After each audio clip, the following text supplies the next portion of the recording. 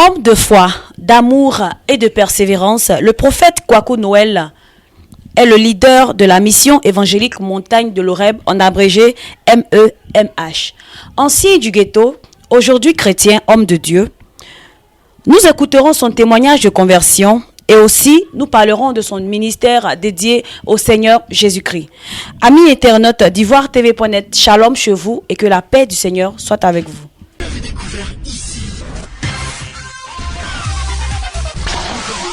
Vous avez découvert Ivoire TV. Ivoire TV. C'est normal qu'on dit n'importe quoi, parce que c'est lui qui a pris une hauteur. Et les gens veulent le ramener en arrière. Pourquoi? Parce que c'est lui qui a pris une hauteur. Il est sur le sommet. Voilà pourquoi Dieu m'a dit, la mission évangélique Montagne de l'Oreb. Oreb signifie Dieu. C'est là où Moïse a croisé Dieu. Il y a Dieu ici. Amen, amen. Il dit là, Lazare, tu ne peux pas rester. Si tu restes, le plan de Dieu sera démoli. Si tu restes, la vision que Dieu m'a donnée ne va pas prendre une ascension. Dans Lazare, tu es obligé de te lever. Parce que si tu ne lèves pas, la vie que je mène n'aura aucun sens. La vie que j'ai n'aura aucun but. La Bible dit, quand Lazare s'est levé, tous ceux. Amen, amen. Éloge maintenant. Je te déloge que tout ce qui est esprit de moi dans ma vie, dans la vie de mon épouse de ma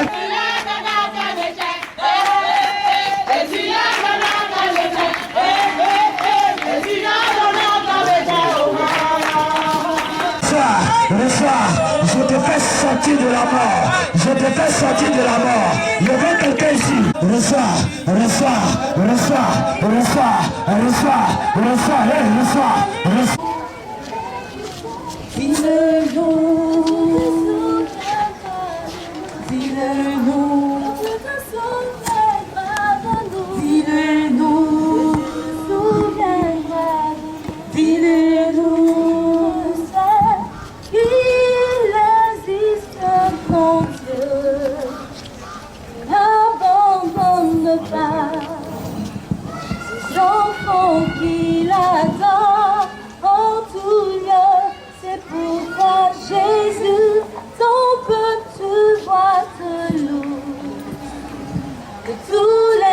Bonjour prophète.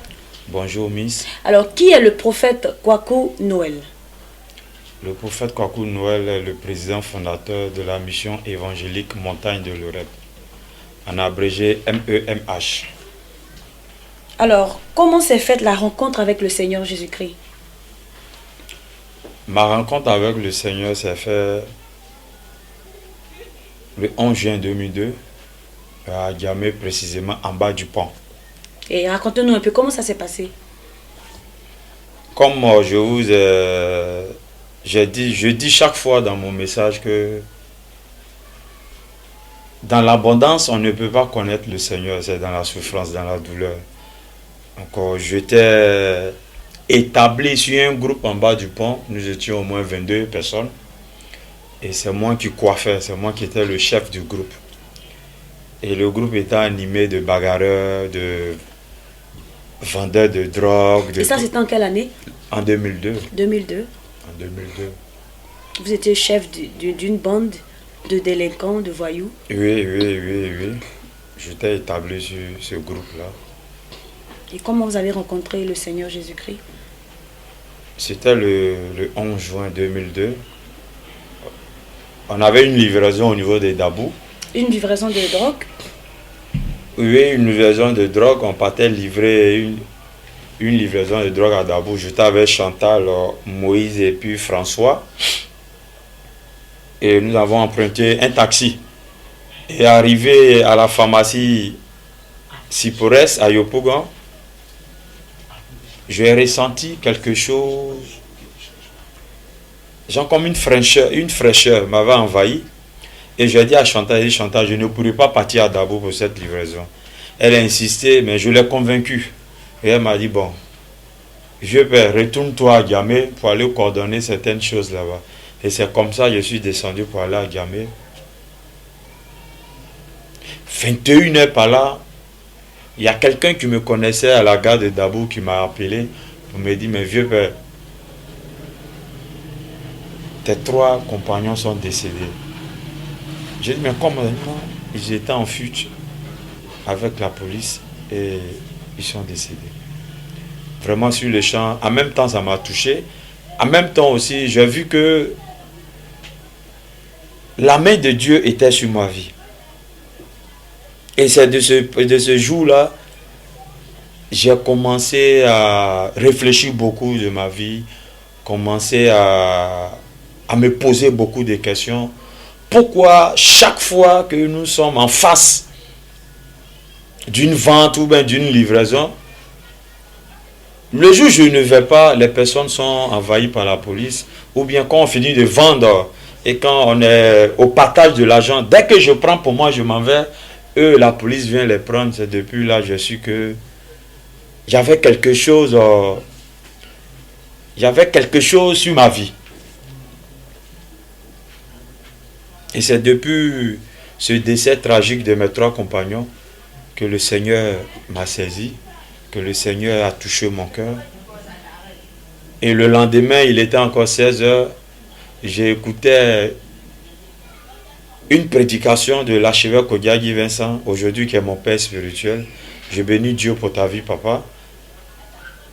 Et lors de sa prédication, j'ai vu quelqu'un révéler tout ce que le diable avait caché. Et après sa prédication, il y a une voix qui m'a dit, non, il faut aller voir ce monsieur-là. Et c'est comme ça, le 12 juin 2002, je suis allé voir l'archevêque Odiagi Vincent. En ce moment, il était en face du collège Adama Sanogo. Et quand il m'a regardé, il m'a dit, mais toi, tu dois rester ici pour faire l'œuvre de Dieu. Et c'est comme ça que c'est parti. Alors, revenons un peu dans le ghetto. Vous étiez un leader, un membre influent. Oui, moi, depuis tout petit, je contrôlais, je dirigeais. Et étant dans le ghetto, vous consommiez de la drogue, de l'alcool? Non, je n'ai jamais fumé la drogue. Vous agressiez les gens, les jeunes gens? Je n'ai jamais agressé quelqu'un. Au contraire, nous, on protégeait les plus faibles quand on agressait. Je n'ai jamais fumé la drogue, je n'ai jamais agressé quelqu'un. Mais la réalité de la rue m'avait imposé. C'est-à-dire, vous tous, vous convenez avec moi que quand tu abandonnes l'école, les parents te disent non, que c'est plus la peine de rester à la maison. Donc, le seul endroit qui pouvait me soulager rapidement, c'était la rue. Alors, rappelons que vous avez des tatouages sur vous. Comment ça se fait? Qu'est-ce qui s'est passé et qu'est-ce qui vous a poussé à aller faire des tatouages? Bon, tout à l'heure, au début de notre entretien, vous avez vu que ancien du ghetto. Et aujourd'hui, tous ceux qui sont passés par la rue, beaucoup ont les tatouages. Est-ce que pourquoi tu vois? C'est pour affirmer votre identité dans le ghetto en tant que dealer? Ou c'est un signe pour dire que nous appartenons à un clan, à un gang? C'est quelque chose que dans le monde, j'ai aimé et puis je l'ai fait. Mais aujourd'hui, étant serviteur de Dieu, je regrette amèrement. Dans le monde, tu fais ce que tu ressens, tu fais ce que ne glorifie pas Dieu. Dans le tatouage, il y a longtemps, je l'ai fait. Je l'ai fait quand j'étais encore dans le ghetto. Quand j'étais encore dans la rue, et là, je fais le tatouage. Alors, juste après la conversion, le 11 juin 2002, qu'est-ce qui s'est passé? Bon, ça a été un bouleversement. Ça a été un bouleversement dans ma vie. Parce que quelqu'un qui était toujours impulsif, tout d'un coup comme ça, il a commencé à se ranger. Et je me rappelle bien que c'était un défi entre moi avec les gens que je laissais dans le monde. Ça dit mes petits. Comment ils ont réagi? Bon, ils n'ont pas cru. Ils n'ont pas cru à ça jusqu'à ce que aujourd'hui ils croient en moi. Ils n'ont pas cru. Et je les en voulais pas. Parce que quitter dans la rue, venir à l'église, dans le temps ancien, c'est pas facile. Parce que l'homme peut quitter le monde en un seul jour, mais le monde ne peut pas quitter l'homme en un seul jour. Donc les réactions, ça m'a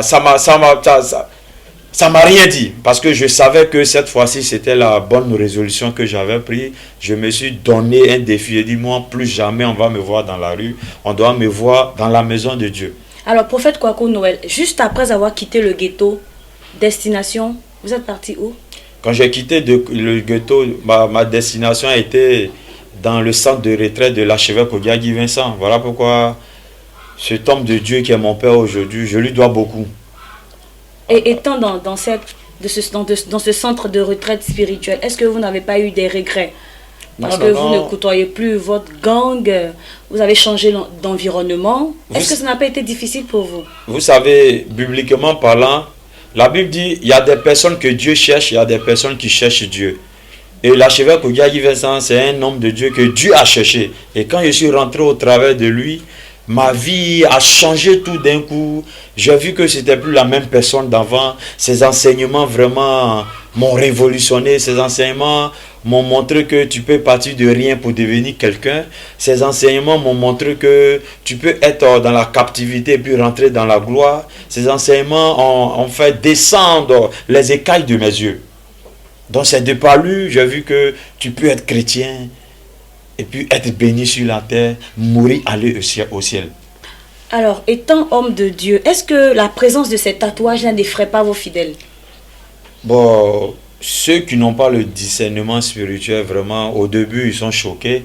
Et après, quand ils me voient exercer dans le ministère prophétique, ils me voient en train de prêcher. Comme j'ai toujours dit dans mes prédications, c'est le sérieux qui enfante la réussite. Moi, je suis quitté d'un ghetto et toute personne qui a quitté d'un ghetto a une histoire. Il y a d'autres qui ont été des PD, il y a d'autres qui ont été des voleurs. Moi, c'est le tatouage. Alors, comment vos parents et amis ont réagi lorsque vous avez donné votre vie au Seigneur? Bon, moi, mes parents et mes amis, au début, ils n'ont jamais cru en moi. Ils n'ont jamais cru en moi.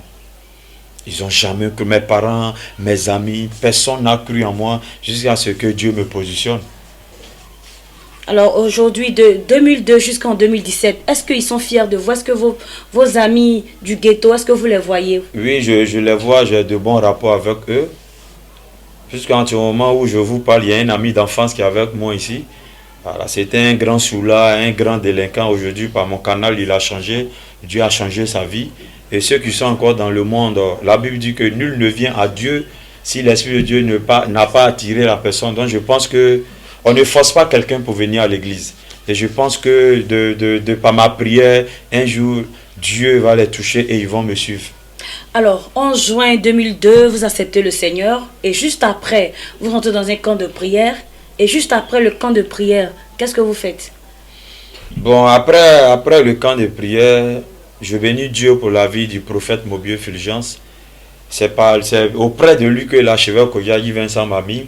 Et cet homme de Dieu-là, c'est lui qui m'a encadré. On était plusieurs hommes de Dieu auprès de lui, mais il y a beaucoup qui sont partis.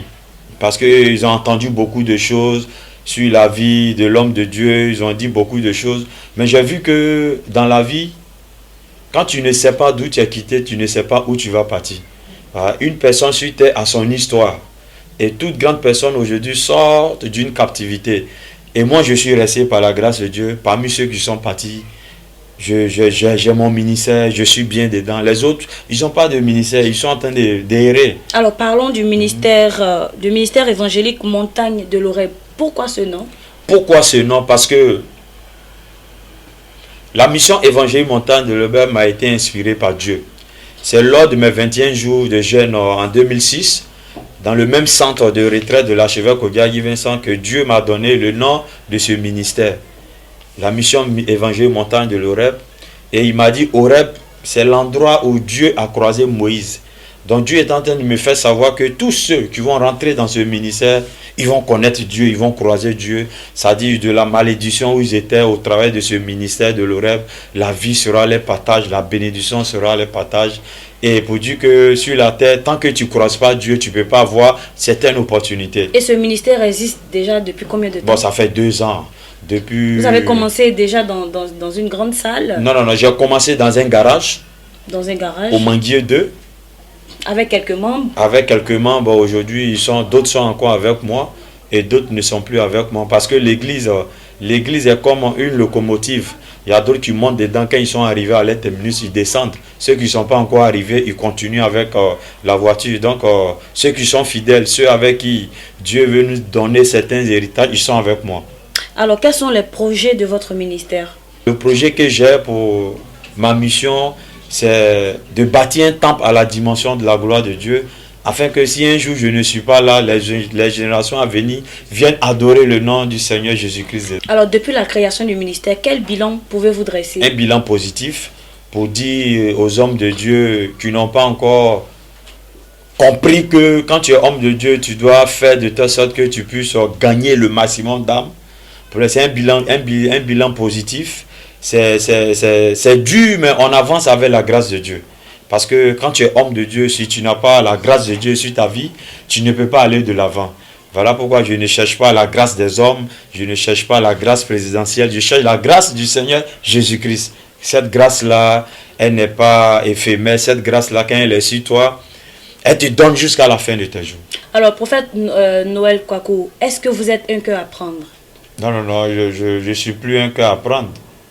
Je suis plus un cœur à prendre. Je fais mon mariage traditionnel samedi 8 avril. Donc je ne suis plus un cas à prendre. Dites-nous, comment vous avez rencontré le prophète Noël Kwaku? Bon, on s'est rencontrés, ça fait aujourd'hui 9 ans de cela. Il est ami à une de mes grandes sœurs. D'accord. Donc elle, ça faisait un truc de 1 mois qu'on ne se voyait plus. Donc elle avait décidé de venir me rendre visite. Et ce jour-là, ça coïncidait que lui, il était avec ma soeur en question. Donc quand ils sont venus, ils sont arrivés chez moi. Et ma soeur lui a dit de rester dehors. Elle va rentrer, me saluer et puis ils vont continuer leur chemin. Donc il a dit non, il veut rentrer. Donc c'est comme ça, il a suivi ma soeur, il est rentré. Et quand il est rentré, c'est comme ça, il m'a vu. Donc on est tous sortis, on est venus s'asseoir dehors, on a parlé. Parce que moi je suis d'origine malienne, j'étais musulmane. Donc on a causé, il m'a parlé du Seigneur, tout.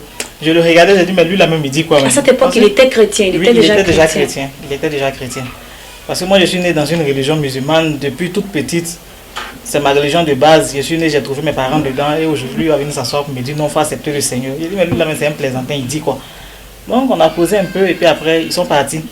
Donc dans la soirée, j'étais là, mon téléphone sonne, je décroche, c'est lui.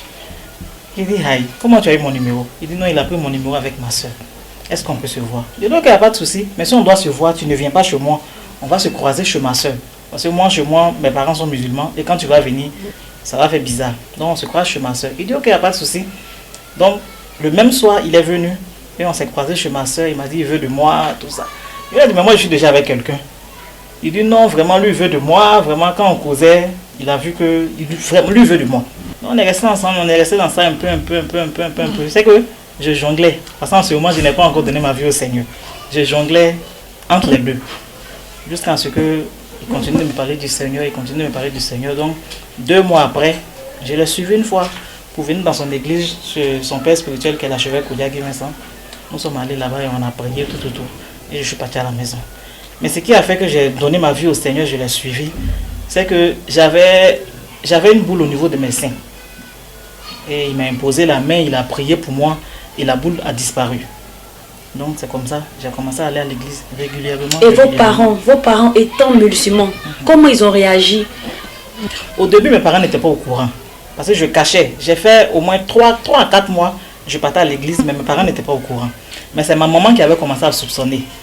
Donc, 4 heures du matin, elle m'a réveillé. Elle dit, lève-toi, tu vas partir prier. Donc, je me suis levé. Quand elle est rentrée dans sa chambre, je suis allé me recoucher. Elle dit, aujourd'hui, là, toi et puis moi, on est dedans. Le jeu que tu joues, là, je vois dedans. Lève-toi, tu vas partir prier. Il dit, j'ai compris. Donc, quand elle est rentrée dans sa chambre, je suis allé me recoucher. Donc, elle est ressortie. Elle a ramassé mes bagages. Elle a jeté mes bagages dehors. Elle sait que je vais à l'église, tout. Et en ce temps, mon papa était décédé. Donc, elle venait de se marier avec un autre monsieur. Donc le monsieur a essayé de la calmer, il dit non, comme il s'est fait, il est 4 heures du matin, laisse, quand il va bien faire jour, on va essayer de voir ce qui se passe. Donc le matin, ils m'ont fait asseoir, ils m'ont demandé, je leur ai dit, ah, réellement c'est ça, j'ai accepté le Seigneur, je vais à l'église, tout. Maman, même elle a eu à me maudire, elle s'est déshabillée devant moi, elle m'a maudit, il n'y a pas de parole, ils ne m'ont pas dit. Mes frères, vu que mon grand frère, il est imam, donc ils m'ont maudit, ils ont dit tout ce qu'ils voulaient dire, ils ont parlé, m'ont chassé de la maison, m'ont dit non, que si je veux revenir en famille, c'est que je dois commencer à prier. Mais si je sais que je ne vais pas prier, c'est pas la peine que je revienne en famille. Donc ça fait 9 ans maintenant, ils m'ont mis dehors. Donc, vous n'avez plus de rapport avec vos parents?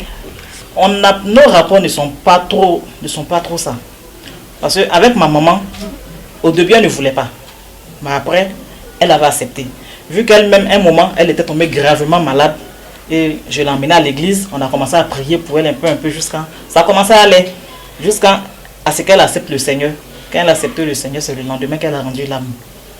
Donc, mon rapport avec mes frères, là, c'est pas trop ça. C'est pas trop ça, franchement. Et aujourd'hui, vous soutenez votre mari dans le ministère? Oui, je le soutiens. Et comment ça se passe? Je le soutiens, je lui donne beaucoup de conseils. Je lui donne beaucoup de conseils. Parce que dans son ministère, il est seul. Il n'y a pas quelqu'un pour l'aider. Il n'a personne pour l'aider si ce n'est que le Seigneur. Donc je le soutiens à ma manière. Les conseils que je peux lui donner, je lui donne ses conseils. Je le soutiens à ma manière. Êtes-vous ami aux musulmans?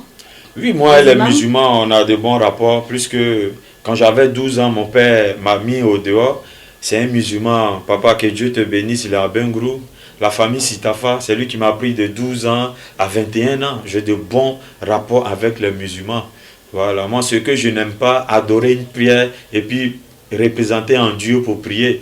Bon, le musulman qui va à la mosquée prier sans mettre une pierre ou bien une montagne, je pense qu'on n'a pas de jugement à faire sur ce point-là. J'ai de bons rapports avec des musulmans et puis j'ai beaucoup d'amis même musulmans. Voilà, beaucoup d'amis musulmans. Voilà. On se fréquente matin, midi, soir. Alors, peut-être que ces amis musulmans deviendront chrétiens un jour. Bon, je sais, à la longue, ce n'est pas eux qui vont m'amener encore à l'islam. C'est moi qui vais les amener au christianisme. Alors, à la longue, ils vont devenir chrétiens. J'avais le palu, j'avais un problème d'anémie, un problème de sang. Et je souffrais beaucoup quand j'arrivais ici. Je n'arrivais même pas à marcher. Mais par la prière du pasteur Noël, j'ai été guéri aujourd'hui, ça va, et j'arrive à m'en sortir. Quand je me déplace pour venir, c'est une très bonne église. Aujourd'hui, si ce n'est pas Dieu, rien ne peut se faire dans la vie. Donc, moi je l'ai connu par le biais de ma belle-sœur. Il faisait la cellule à la villa.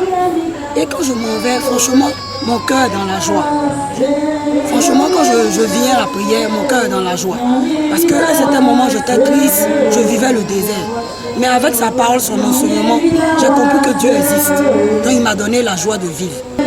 Quand tu as un appel sur ta vie, tu traverses un désert. Je ne vois pas encore les choses, mais je vois que ça va se faire. Mais est-ce que vous êtes témoin de certains miracles qui se faire ici? Oui, oui. Il a guéri il a fait lever les paralysés. Par le nom de Jésus. Par le nom de Jésus. Il a cassé les fibromes. Par le nom de Jésus. Franchement, il a fait partir les gens en Europe. Par le nom de Jésus. Par la prière, il a intercédé pour que Dieu fasse certaines choses dans la vie des gens. Pour mettre la joie dans la vie des gens. Alors, prophète, l'entretien est pratiquement terminé. Est-ce que vous avez quelque chose à ajouter? Bon, je bénis Dieu pour toujours la vie de mon père spirituel parce que c'est quelqu'un, Dieu est passé par lui pour m'enseigner beaucoup. Et mon père spirituel, je lui dois beaucoup, je lui dois beaucoup, je lui dois beaucoup. Il n'a qu'à savoir qu'il a fait des enfants qui seront auprès de lui, d'autres ne seront pas auprès de lui, mais nous on reconnaît que c'est notre père. Voilà, donc je bénis Dieu pour la vie de l'archevêque Ogiagui Vincent. Papa, que Dieu te bénisse, que Dieu t'élève, que Dieu te donne la santé et la longévité, que tous tes ennemis viennent se plier devant toi dans le nom de Jésus-Christ. Je bénis Dieu pour la vie aussi de sa femme qui est ma maman, que Dieu aussi l'élève, que la santé et la longévité soient son partage. Je dois bénir Dieu aussi pour sa vie parce qu'elle a été une aide auprès de mon père, l'archevêque Ogiagui Vincent. Vous savez, dans le ministère, si vous n'avez pas une bonne femme, vous ne pouvez pas aller loin. Et cette femme, elle a été un soutien pour mon père, elle a été une conseillère pour mon père. Voilà pourquoi je bénis Dieu pour sa vie. Bénis Dieu pour la vie aussi de vous qui m'interviewez, Ivoire TV.net. Je bénis Dieu pour votre vie et je prie qu'au niveau national comme international, un an à venir, vous serez premier. Amen. C'est ma vision. Que vous dépassez les limites. Amen. Et vous qui êtes venus m'interviewer, que la grâce de Dieu aussi surabonde sur votre vie. Amen. Toutes les personnes qui veulent me contacter, vous qui avez des problèmes spirituels, vous avez des envoûtements, vous à qui la société a dit que rien de bon ne peut sortir en vous, que tu sois de la France, des États-Unis, du Canada, de la Chine, même de l'Afrique et de la Côte d'Ivoire, appelez-moi sur ce numéro, le 58 47 62 78, le 02 44 58 83. Alors, prophète, merci beaucoup d'avoir accepté notre invitation. Nous savons que vous avez un emploi du temps très très chargé. Vous êtes beaucoup occupé. Merci beaucoup d'avoir répondu à cette interview. Eh bien, chers amis internautes d'Ivoire TV.net, je recevais dans cet entretien le prophète Kwaku Noël. Il est le leader de la mission évangélique Montagne de l'Oreb. Merci d'être resté en notre compagnie. Shalom. Vous avez découvert ici. Que vous avez découvert Ivoire TV. Ivoire TV.